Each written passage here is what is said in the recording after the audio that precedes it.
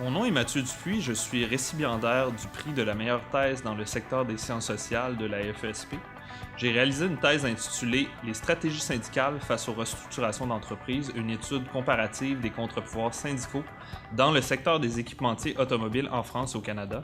Je l'ai réalisée à l'École de relations industrielles et au Centre de recherche interuniversitaire sur la mondialisation et le travail. Au point de vue de la problématique, ce que je voulais observer, c'est un objet à la fois simple mais complexe, c'est comment les syndicats locaux se positionnent face aux restructurations d'entreprises multinationales, c'est-à-dire les fermetures d'entreprises.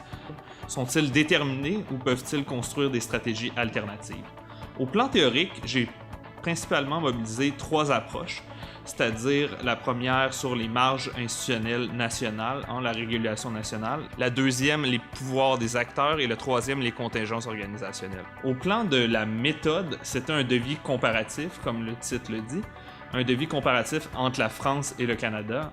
J'ai étudié 4 cas locaux, c'est-à-dire 2 en Ontario, Kitchener et Guelph, 2 en France, Lyon et Toulouse. J'ai fait des interviews avec des syndicats locaux, des syndicalistes locaux en grande partie. Les principaux résultats de ma thèse. Premièrement, les marges institutionnelles ne sont pas surdéterminantes.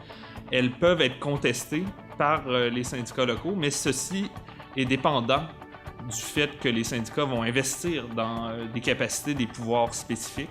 Au point de vue des contingences des structures organisationnelles, elles ne sont pas si déterminantes que ça. Au plan de la pratique, l'aspect crucial de ma thèse, je crois, ce qu'elle apporte pour les acteurs, c'est vraiment sur la formation, les nouvelles idées, les nouvelles identités que les syndicats peuvent amener.